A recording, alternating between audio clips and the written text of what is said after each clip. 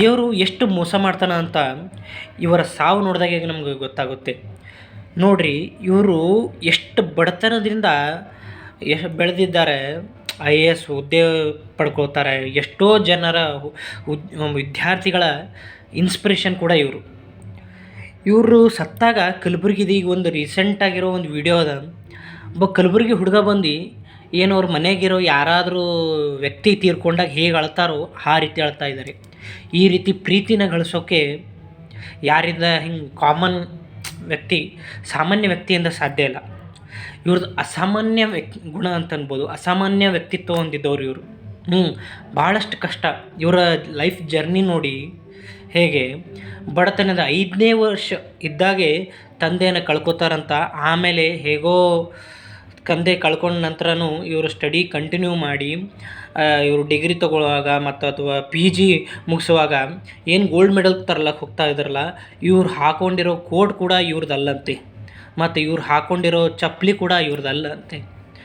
ಬೇರೆಯವ್ರ ಬಳಿ ತೊಗೊಂಡು ಸ್ಟೇಜ್ ಮೇಲೆ ಹತ್ತಿ ಪ್ರಶಸ್ತಿಗಳನ್ನು ಪಡೆದುಕೊಂಡವರು.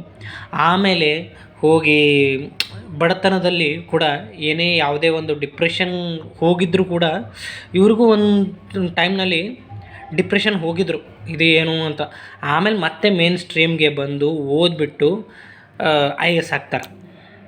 IAS ಅಂದರೆ ಫಸ್ಟ್ KS ಪಾಸಾಗಿ ಆಮೇಲೆ ಎಲ್ಲ ಯಾವ್ಯಾವ ಊರಲ್ಲಿ ಯಾವ್ಯಾವ ಡಿಸ್ಟಿಕಲ್ಲಿ ಅವ್ರು ಕೆಲಸ ಕೊಟ್ಟಿದ್ರು ಆ ಡಿಸ್ಟಿಕಲ್ಲಿ ಒಳ್ಳೆಯ ಕೆಲಸ ಮಾಡಿ ದಾವಣಗೆರೆಯಲ್ಲಿ ಲಾಸ್ಟ್ IAS ಆಗಿ ಮಾಡಿ ಕೆಲಸ ಮಾಡ್ತಾರೆ.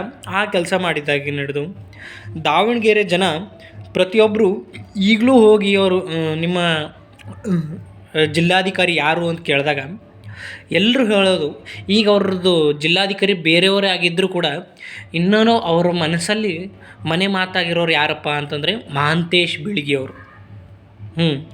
ಅಷ್ಟು ಹೆಸರುವಾಸಿ, ಅಷ್ಟು ಜನರ ಪ್ರೀತಿ ಗಳಿಸ್ಕೊಂಡು ಬಡತನದಿಂದ ಮೇಲೆ ಬಂದು ಏನೋ ಒಂದು ಒಳ್ಳೆ ಪೊಸಿಷನ್ನಲ್ಲಿ ಜನರಿಗೆ ಒಂದು ಒಳ್ಳೆಯ ಸೌಲಭ್ಯ ಸಿಗಲಿ. ಅವ್ರ ತಾಯಿಗೆ ಪೆನ್ಷನ್ ಬರ್ತಾ ಇರಲಿಲ್ಲ ಅಂತ, ಖಾಲಿ 25 ರೂಪಾಯಿ ಪೆನ್ಷನ್ ಇರ್ತೈತಂತ ಅವಾಗ. ಆ ಪೆನ್ಷನ್ ವಿಧವಾ ಪೆನ್ಷನ್, ವಿಧವಾ ವೇತನ 25 ರೂಪಾಯಿ ಬರ್ತಿತ್ತಂತ. ಆ ವಿಧವಾ ವೇತನ ಬರುವಾಗೆ 100 ರೂಪಾಯಿ ಲಂಚ ಕೊಟ್ಟಿದ್ರಂತೆ. 100 ರೂಪಾಯಿ ಕೊಟ್ಟು ಮತ್ತು ಆ 25 ಬರೋಕ್ಕೆ ಆವಾಗ ಲಂಚ ಕೊಡಲೇಬೇಕು. ಅದನ್ನು ನೋಡಿ ಇವರು ಒಂದು ದೊಡ್ಡ ಅಧಿಕಾರಿಯಾಗಿ ಮುಂದೆ ಎಲ್ಲ ಬಡವರಿಗೆ ಈ ರೀತಿ 100 ರೂಪಾಯಿ ಕೊಡುವಂಥ ಆಗಬಾರ್ದಪ್ಪ, ಲಂಚ ಕೊಡೋಪ್ಲೆ ಆಗಬಾರ್ದು ಅಂತ ಎಲ್ಲ ಬಡವರಿಗೆ ಸರ್ಕಾರ ಮಾಡಿರೋ ಎಲ್ಲ ಸೌಲಭ್ಯ ಸಿಗುವ ಹಾಗೆ ಮಾಡ್ತೀನಿ ಅಂತ ಒಬ್ಬ ಅಧಿಕಾರಿ ಆಗ್ತಾರೆ, ಒಳ್ಳೆಯ ಅಧಿಕಾರಿ ಆಗ್ತಾರೆ. ಅವರನ್ನು ಇವತ್ತು ನಾವು ಕಳೆದುಕೊಂಡಿದ್ದೇವೆ. ಅದು ಕಾರ್ ಅಪಘಾತದಲ್ಲಿ ಜವರ್ಗಿ ಬೈಪಾಸ್ ಮೇಲೆ ಒಂದು ನಾಯಿಯ ಪ್ರಾಣವನ್ನು ಉಳಿಸೋಕ್ಕೋಸ್ಕರ ತಮ್ಮ ಕಾರನ್ನು ಸೈಡಿಗೆ, ನಾಯಿ ಪ್ರಾಣ ಉಳಿಸೋಕ್ಕೋಸ್ಕರ ಸೈಡಿಗೆ ಆಯ ತಪ್ಪಿ ಕೆಳಗಡೆ ಬೀಳ್ತದೆ. ಇವ್ರದ್ದು ಬೀಳಿಗಿ ಪರಿವಾರದ ಅಣ್ಣ ತಮ್ಮಂದಿರು ಕೂಡ ಒಂದೇ ಸಮನೆ ಪ್ರಾಣವನ್ನು ಕಳೆದುಕೊಳ್ತಾರೆ. ಇವರ ಜೊತೆನೇ ಸಾವಿನಲ್ಲೂ ಕೂಡ ಅಣ್ಣ ತಮ್ಮಂದಿರು ಜೊತೆಯಾಗೇ ಇರ್ತಾರೆ. ನೋಡಿ, ಅವ್ರದ್ದು ಇಡೀ ಪೂರ್ತಿ ಕುಟುಂಬನೇ ನಾಶ ಆಗೋಯ್ತು ಅನ್ಬೋದು ನಾವು.